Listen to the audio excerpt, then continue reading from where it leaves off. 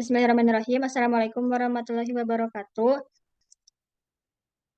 Kami izin mempresentasikan tugas tentang artikel struktural design pattern, dekorator pattern, flyweight pattern, dan proxy pattern. Sebelumnya izin memperkenalkan diri, nama saya Salza Aira Ramdina dengan NIM 3411201114. Perkenalkan, nama saya Wilda Fatma Lestari dengan NIM 3411201130. Perkenalkan, nama saya Ria Andriani dengan NIM 3411201133. Izin perkenalan, nama saya Nita Siti Nur Aliza dengan NIM 3411201140.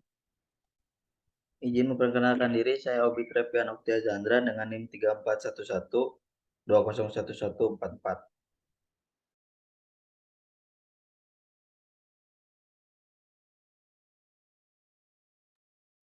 Izin menjelaskan untuk materi yang pertama.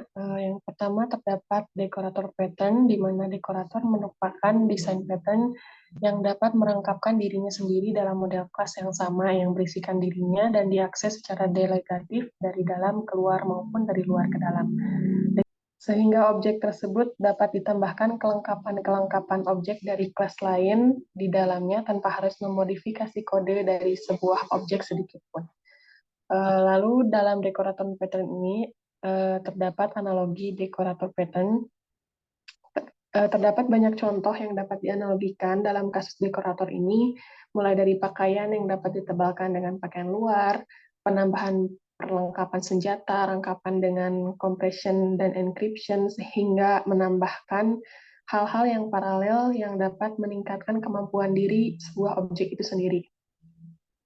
Salah satu contoh yang paling umum dalam dekorator ini adalah analogi pakaian, di mana seseorang pada dasarnya tidak berpakaian untuk mencegah seseorang kedinginan dan malu karena tidak berpakaian, orang-orang mengenakan pakaian untuk menutupi badannya. Dalam kasus tertentu, pakaian dapat ditebalkan untuk meningkatkan penampilan, memperlengkap diri maupun untuk meningkatkan fungsional secara fisik agar tidak kedinginan. Selain itu, dalam kasus-kasus tertentu, dalam sebuah game, seorang player dapat menggunakan armor, di mana armor dapat ditambahkan dengan sayap, jetpack, maupun backpack untuk memperlengkap seorang player dalam bermain game. Ataupun bagi pemain Battle Royale, setiap senjata dapat diperlengkap dengan aksesoris maupun skin untuk meningkatkan kemampuan dalam bermainnya. Misalnya scope, silencer, automotor, dan lain-lain. Selanjutnya akan dijelaskan oleh Saudari Ria. Silakan. Selanjutnya, UML model. Pada UML ini digunakan untuk menampilkan kelas-kelas berupa paket-paket untuk memenuhi salah satu kebutuhan paket yang akan digunakan nantinya. Kemudian selanjutnya yaitu Essence of Decorator. Yang pertama yaitu terdapat base class atau komponen. Agar dekorator dapat merangkap objek lain, diperlukan base class untuk mendasari objek yang sehierarki dengan dekorator. Nantinya semua keperluan-keperluan dari base class sendiri akan dipakai oleh kelas pemakai, baik kelas turunan, biasa, maupun dekorator atau wrapper. Berikut merupakan contoh kode armor dan aksesoris. Kemudian selanjutnya yang kedua yaitu dekorator atau wrapper. Dekorator atau sering disebut wrapper merupakan komponen yang akan merangkapkan komponen dari kelas-kelas yang sehierarki sebagai komponen dalaman. Nantinya ketika sebuah objek wrapper tersebut dipanggil, maka metode dalam dekorator akan memanggil metode yang sama pada objek dalaman dalam wrapper class.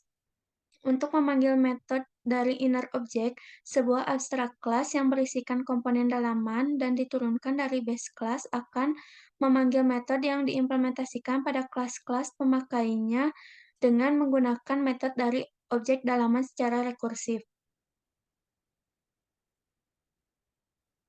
Namun, karena kelas ini bersifat abstrak, metode yang dipakai dari base class baru akan diisikan implementasinya pada kelas pemakai dekorator dan tidak perlu ditambahkan metodenya tanpa override dengan cara apapun pada kelas dekorator.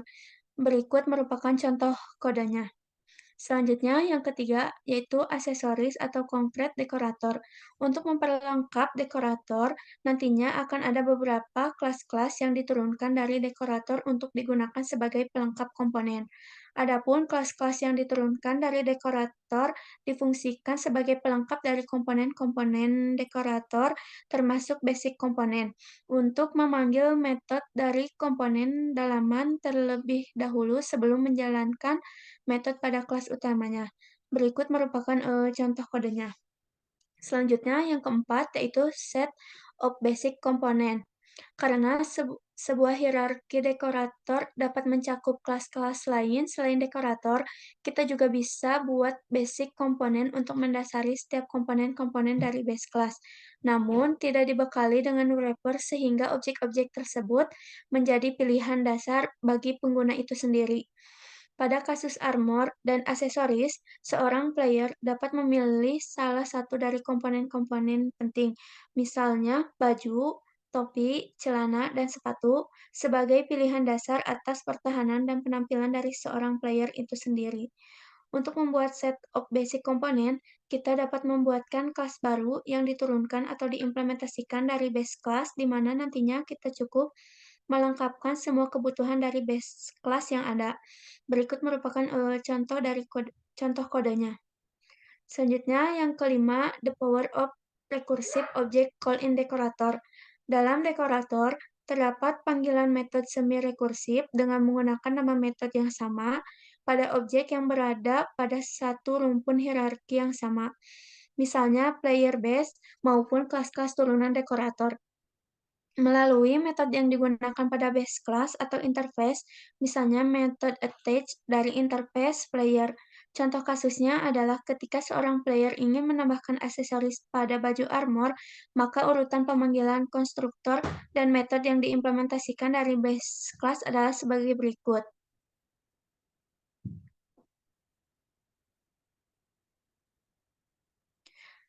Nah, di sini terdapat output dari kode tersebut. Selanjutnya akan dijelaskan oleh rekan saya. Selanjutnya ada flyweight pattern. Flyweight merupakan desain pattern yang bertujuan untuk menghemat resource dengan berbagi komponen atau data penting antar objek dibanding dengan menampung seluruh data secara individual dalam masing-masing objek. Pada definisi yang berbeda, flyweight digunakan untuk menurunkan beban pada masing-masing objek dengan menggantikan komponen dengan resource yang berat dengan resource yang lebih ringan dan irit. Flyweight sendiri sering digunakan dalam web browser dan game di mana objek-objek yang dibuat atau di-load dalam browser maupun game dioptimalisasikan agar tidak membebani resource yang ditampung dalam memori. Pada kasus web browser, objek-objek yang sudah dimuatkan akan ditampung sebagai cache di mana ketika browser melakukan refresh pada laman yang sama, maka objek-objek tersebut tinggal dimuatkan dari cache tanpa harus mendownload objek tersebut dari server. Pada kasus objek-objek dalam game, misalnya partikel, objek didistribusikan menjadi dua jenis, entity dan model, di mana entity merepresentasikan atribut-atribut penting yang unik dan berbeda, dan model yang mempresentasikan atribut-atribut yang sama modelnya dan berulang.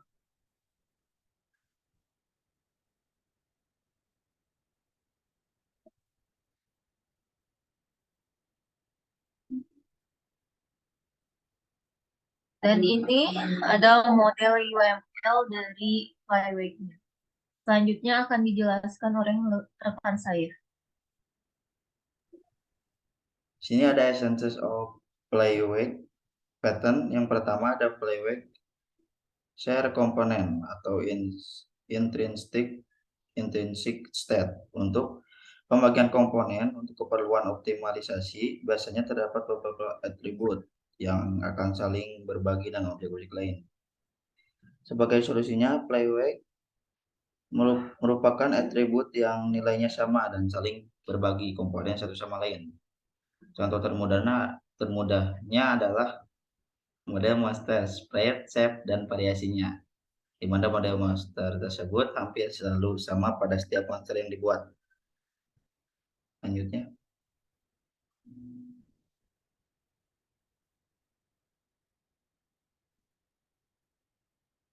Nah, karena playwake bersifat immutable atau read only, maka nilai-nilai yang ada pada monster model tidak boleh diubah dan hanya boleh di-set saat dideklarasikan oleh konstruktor. Yang kedua ada konteks. Unsur komponen. Konteks adalah atribut-atribut yang nilainya beda alias unik pada setiap objeknya. Konteks mencakup unik atribut dan share komponen yang mempresentasikan satu objek utuh. Contohnya adalah health, movement, posisi. Jika digabungkan dengan playwake objek seperti model, maka objek pada konteks yang mempresentasikan sebuah objek master secara utuh. Berikutnya, yang ketiga, factory atau komponen pool. Terdiri dari sekumpulan share komponen dan unsur komponen. Proses validasinya akan dilakukan pada kelas ini, di mana nantinya pool ini yang akan menentukan apakah objek tersebut perlu dibuat komponen, pembaginya, atau berbagi dengan share komponen yang sudah ada. Yang ketiga ada proxy pattern. Proxy pattern merupakan desain pattern yang diciptakan sebagai kelas penengah yang bertujuan untuk mengatur akses ke objek asli, baik melalui pembatas, caching, maupun panggilan ke remote class. Sebelum klien dapat benar-benar mengisi objek asli, sebuah kelas harus menghadapi beberapa proses seperti validasi, akses remote, dan mainline terlebih dahulu untuk mencegah akses objek asli secara berlangsung. Selanjutnya akan dijelaskan oleh rekan saya. Selanjutnya ada jenis-jenis proxy. Yang pertama ada lazy initiation atau virtual proxy. Dalam beberapa kasus, terdapat beberapa objek yang dapat membebani resource meski jarang dipakai dan dibutuhkan oleh user, meski berbarengan dengan pembuatan objek kelas yang baru sekalipun ketika aplikasi tersebut diluncurkan. Untuk menghemat resource yang digunakan oleh kelas, proxy ini dapat membiarkan objek tersebut kosong ketika objek tersebut dibuat maupun aplikasi tersebut diluncurkan, sehingga aplikasi tersebut dipanggil dan kelas tersebut akan mengambil data bila diperlukan oleh user sendiri. Dengan lazy loading, penggunaan resource dapat menghemat sehemat mungkin sehingga objek cukup dipanggil bila diperlukan oleh user saja. Kemudian yang kedua adalah access control atau protection proxy. Pengembangan aplikasi, terutama basis web atau web application dan service memerlukan adanya akses kontrol untuk mencegah pihak-pihak yang bukan haknya untuk mengakses laman atau fitur atau service tertentu. Untuk membatasi user-user dalam pengaksesan data atau service tertentu meski bukan tanggung jawabnya. Protection proxy diberikan untuk mencegah orang-orang yang bukan tanggung jawabnya menyalahgunakan service tersebut. Kemudian yang ketiga ada local execution of a remote service. Apabila klien ingin mengakses database, diperlukan remote proxy yang akan mengetahui kapan data tersebut diambil maupun diproses atau remote resource. Proxy ini juga akan berperan dalam pengaturan akses data secara eksternal atau baik HTTP maupun database. Kemudian yang keempat ada login request atau login proxy. Apabila request tersebut ingin dicatat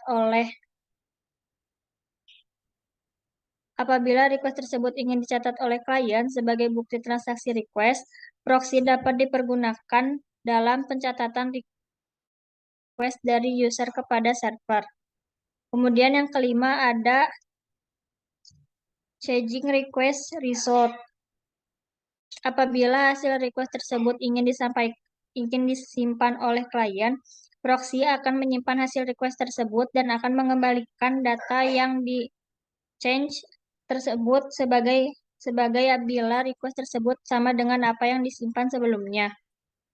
Kemudian ada essence of proxy. Yang pertama, service interface. Karena proxy membutuhkan interface sebagai penghubung antara real servers dan proxy servers service, kita memerlukan satu interface yang berisikan metode-metode yang akan digunakan pada kedua kelasnya. Anggap interface tersebut berisikan komponen yang untuk integrasi dan pengambilan data. Seperti contoh berikut. Kemudian yang kedua ada real service. Untuk mengambil data, kita memerlukan real object untuk dijadikan referensi dalam penggunaan proxy, terutama bila klien ingin mengambil data secara remote, mengambil data yang perlu, maupun ingin mengakses data-data yang terbatas oleh user role tertentu. Untuk membuat real service sendiri, buatlah kelas dengan implementasi dari service interface yang sudah kita buat sebelumnya, dan mencantumkan semua komponen yang akan diakses secara atau tidak langsung ke user. Kemudian yang ketiga ada proxy service. Sebagai mitigasi terhadap sebuah real service, proxy berperan dalam menjalankan proses tambahan baik sebelum atau sesudah menghadapi real service, baik lazy loading, validasi data, pengambilan data yang telah di-change, login, maupun membatasi akses yang diberikan oleh user. Dalam sebuah proxy class, terdapat satu objek yang terhubung dengan real service dan semua metode-metode implementasi dari sebuah service interface harus terhubung dengan real service yang akan menjalankan operasi tersebut. Untuk membuat proxy, buatlah kelas dengan implementasi dari service interface yang sudah kita buat sebelumnya. Dan cantumkan semua komponen dan tambahkan proses-proses yang harus dihadapi klien sebelum dapat mengakses real service. Kamu juga bisa menambahkan sebanyak mungkin metode dan atribut dalam kelas tersebut dengan memastikan bahwa proxy kelas tersebut dapat mendukung aksesibilitas user dalam mengakses service atau termasuk cakupan login dan charging.